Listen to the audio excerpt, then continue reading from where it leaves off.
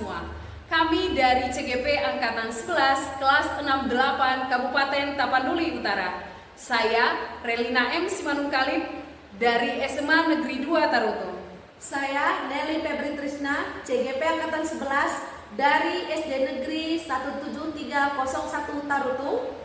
Saya Luciana Kristina Sinaga, CGP Angkatan 11 dari SDN 173107 Banuarea. Di sini kami akan melakukan praktik demonstrasi kontekstual modul 2.3 dengan materi coaching untuk supervisi akademik.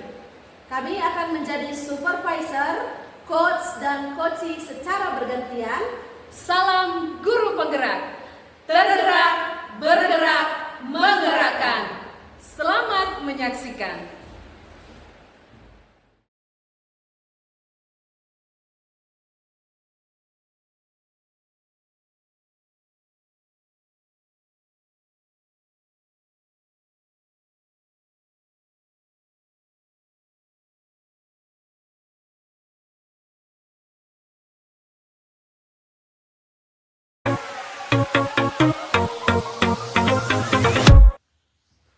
Selamat siang Ibu Relina. Selamat siang Ibu Nelly. Ya Bu, bagaimana kabarnya hari ini? Puji Tuhan, kabar saya baik. Bagaimana dengan Ibu? Ya, seperti Ibu lihat kan, saya juga sehat. Dan puji Tuhan, semangat hari ini. Baik Bu. Ya, di sini saya akan berperan sebagai supervisor ya Bu ya, untuk melihat daripada percakapan coaching. Nah, adapun rubrik penilaian yang akan menjadi acuan saya adalah di sini selaku prinsip seorang coach nantinya diharapkan adanya terjalin hubungan kemitraan, adanya kemampuan berpikir secara kreatif dan memaksimalkan potensi.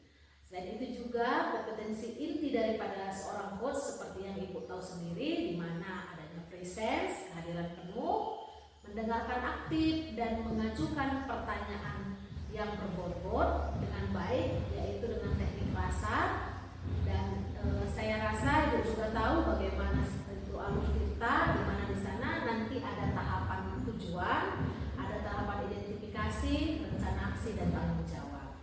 Nah, sebelum kita mulai Bu, ada beberapa hal yang mau saya pertanyakan. Di sini yang pertama, kira-kira kompetensi coaching mana nanti yang ingin Ibu kembangkan? Baik Bu, kompetensi coaching yang akan saya kembangkan nanti adalah presence atau kehadiran penuh, kemudian mendengarkan secara aktif, dan bisa nanti mengajukan pertanyaan yang berbobot. Perlu sekali itu ya Bu ya. Kemudian yang kedua yang ingin saya tanyakan juga, kira-kira bagaimana yang nanti ingin Ibu saya amati gitu. Ya, yang saya inginkan nanti Ibu amati adalah di presence atau kehadiran secara penuh ketika saya nanti melakukan percakapan dengan coaching, dan juga menerapkan tahapan tirta yang sesuai dengan alurnya, sehingga nanti coaching saya bisa menemukan solusi sendiri atas permasalahannya. Yang ketiga, di sini bagaimana kira-kira penilaian Ibu sendiri terhadap apa yang ingin kita kembangkan? Penilaian saya Bu, saya masih perlu banyak berlatih dalam menerapkan kompetensi coaching dan juga bagaimana menerapkan alur tirta itu secara utuh. Ya, terakhir ya Bu ya, di sini kira-kira apa ya harapan dari observasi ini yang akan kita lakukan ini bersama? Harapan saya Bu, saya akan terbiasa untuk menjadi coach yang baik, dan saya bisa juga nanti menerapkan alur tirta dengan baik dan benar, dan saya bisa mendengarkan dengan rasa. Saya rasa cukup pertanyaan saya Bu. Saya berharap nanti semoga nanti kegiatan coaching ini dapat dilaksanakan dengan baik. Semoga sukses ya Bu. Selamat mengerjakan. Ya Bu Nili, terima kasih. Baik Bu.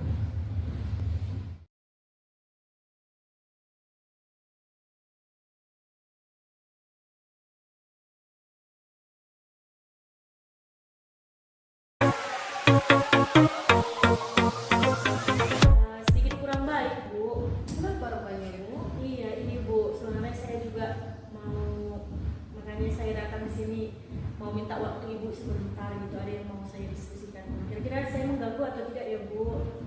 Tepat sekali datang. Kebetulan saya lagi freelance nih, 2 les. Gak apa-apa Bu, ceritakan aja. Ya, ya, terima kasih Ibu sebelumnya. Ini saya lagi pusing Bu, barusan kan saya siap ngajar di kelas saya dan menemui siswa saya tidak bisa menyelesaikan LKPD-nya. Padahal materi kami ini hanya masih perkenalan tentang bilangan pecahan gitu Bu di kelas saya. Tapi siswa saya sudah saya bagikan LKPD-nya, sudah saya berikan juga medianya untuk diperhatikan oleh siswa, buku juga sudah saya berikan kepada setiap siswa, tapi sepertinya siswa saya sampai akhir tadi sampai saya selesai di situ 3 les matematika tetap saja tidak bisa menyelesaikan LKPD yang sudah saya berikan. Oh, jadi permasalahan Ibu mengenai di kelas tadi, ketika Ibu mengajar, siswanya tidak bisa menyelesaikan LKPD-nya tepat pada waktunya seperti yang diharapkan oleh LKPD tersebut ya Bu ya? Iya. Kira-kira sebelumnya ini sudah pernah mengalami masalah seperti ini atau hanya di kelas yang tadi? Untuk mengalami masalah seperti ini baru kali pertama saya Bu, karena sebelumnya saya sudah melaksanakan pembelajaran yang sama dengan media yang sama dan LKPD yang sama. Siswa saya bisa menerima dan bisa menangkap pembelajaran itu dengan baik dan menyelesaikan LKPD-nya tepat waktu. Tapi untuk kali ini sepertinya tidak bisa, makanya saya sedikit bingung dengan hal tersebut. Iya ya Bu ya. Dan mungkin ini juga sudah pernah diterapkan di kelas yang berbeda. Iya. Itu tadi ya Bu ya. Tetapi itu bisa berjalan dengan baik. Ternyata di kelas ini tidak berjalan dengan baik, kira-kira gitu ya Bu ya.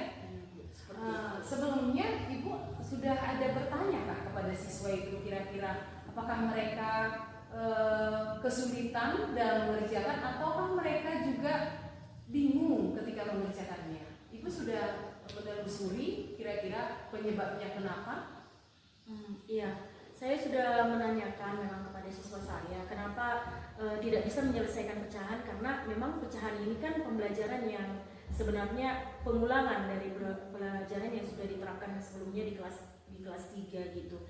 Nah, beberapa siswa saya mengatakan memang mengakui kalau memang kelemahan mereka dalam pecahan itu karena mereka tidak menguasai materi perkalian dan pembagian sebelumnya. Jadi memang sedikit sulit untuk memahami bagaimana terbentuknya sebuah pecahan, karena pecahan ini sebenarnya berangkat harus dari pemahaman siswa akan perkalian dan pembagian. Seperti itu. Berarti dari cerita Ibu salah satu penyebabnya karena siswa itu memang belum mengerti pecahan ya Bu ya? Iya, Jadi mereka juga nggak mengerti konsep pengurangan dan penjumlahan serta perkalian dan pembagian tidak secara sempurna. Iya. Akhirnya kemudian siswa itu kebingungan yang pertama gitu ya Bu ya. Iya. Kemudian setelah Ibu mengetahui mereka belum paham terhadap pecahan ini, apakah Ibu sudah menerapkan metode yang lain supaya siswa ini bisa memahami tentang pecahan?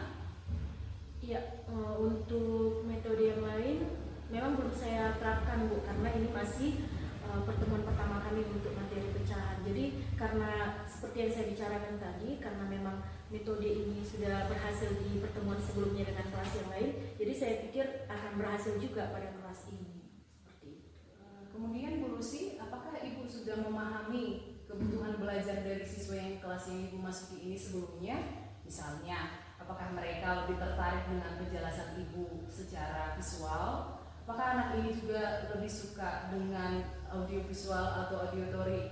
Ataukah mungkin anak ini lebih suka terhadap kinestetik? Apakah Ibu sudah melakukannya? Kalau itu untuk gaya belajarnya memang sudah pernah saya tanyakan dan sudah pernah saya berikan untuk asesmen diagnostik awalnya untuk memahami apa gaya belajar daripada semua siswa yang akan saya hadapi di kelas ini. Kalau itu sudah saya lakukan. Dengan demikian Ibu berarti sudah paham gaya belajar anak dan kebutuhan mereka ya Bu ya. Berarti tidak ada lagi masalah di sana ya Bu ya. Iya. Kemudian dari pembicaraan kita tadi mengenai ketidakpastian mereka dalam pecahan, apakah ada solusi yang akan Ibu atau ide yang akan Ibu lakukan di pertemuan kemudian, di pertemuan selanjutnya, bagaimana supaya si anak ini yang pertama tentunya tertarik dulu gitu dengan pecahan? Apakah ada ide dari Ibu? Iya, setelah saya pikirkan tadi dan pembicaraan ini, memang saya seharusnya menerapkan metode maupun LKPD daripada pembelajaran yang saya lakukan dalam materi pecahan ini sesuai dengan gaya belajarnya. Saya menyadari tadi di dalam memberikan LKPD-nya saya masih belum menyesuaikan dengan gaya belajar siswa saya, dan juga untuk beberapa metode mungkin belum mengena kepada gaya belajar siswa saya, karena yang saya gunakan tadi hanya untuk memenuhi gaya belajar auditori maupun visual. Jadi mungkin untuk pertemuan selanjutnya saya akan berusaha untuk mengganti mungkin ya Bu, mengganti cara saya untuk juga gaya belajar kinestetik, karena memang di kelas saya yang ini yang tadi mengalami kesulitan, rata-rata siswanya memang sangat suka pembelajaran yang praktik gitu, yang memerlukan peran mereka di dalam pembelajaran tersebut. Oke Bu, jadi Ibu sudah dapat ide ya, kira-kira nanti untuk Ibu lakukan di pertemuan selanjutnya. Ibu sudah menyadari kalau siswa Ibu dari kebutuhan gaya belajarnya lebih suka lebih banyak yang kinestetik. Kemudian Bu, apakah dalam melakukannya nanti Ibu butuh bantuan orang lain, ataukah Ibu sendiri bisa melakukannya di dalam kelas Bu?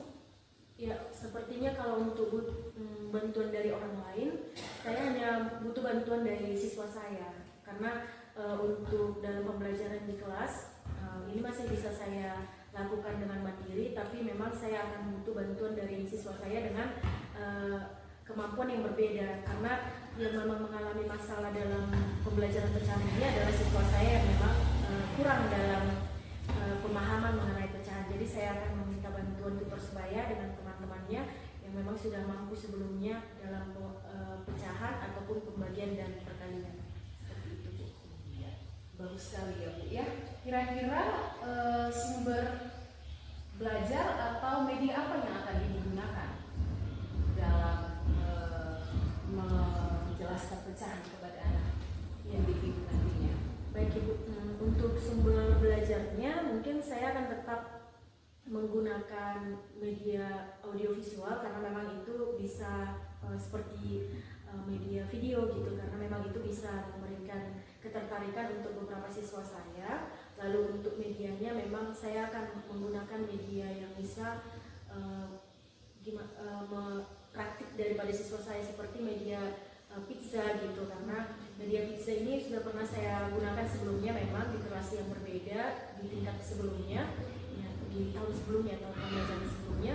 Ternyata mereka lebih cepat memahami pecahan tersebut dengan cara membuat pizza gitu. Jadi nanti pizzanya tersebut akan dihias dengan beberapa potongan selada, potongan tomat gitu, tapi pizzanya terbuat dari kertas. Nanti mereka yang akan menyelesaikannya secara berkelompok. Dan juga untuk media yang akan dibuat oleh siswa nanti, LKPD-nya juga akan saya perbaiki memang untuk lebih kinestetik nanti yang akan praktik siswa saya. Bagus sekali rencana Ibu. Iya. Seperti apa komitmen Ibu dalam melaksanakan rencana Ibu nantinya Bu?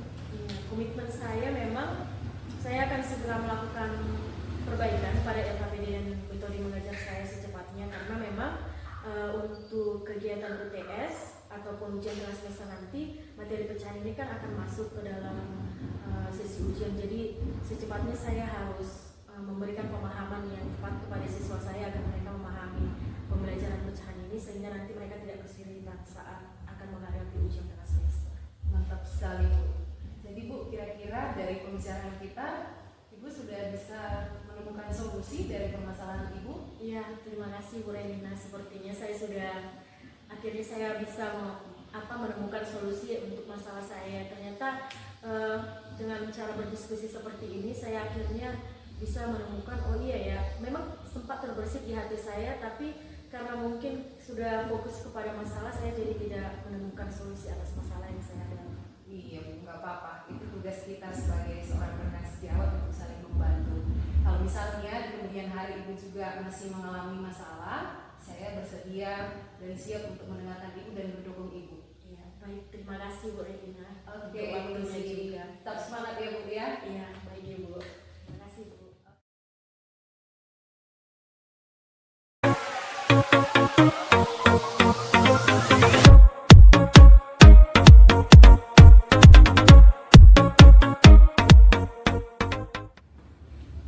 Oke. Selamat siang Bu Regina. Selamat siang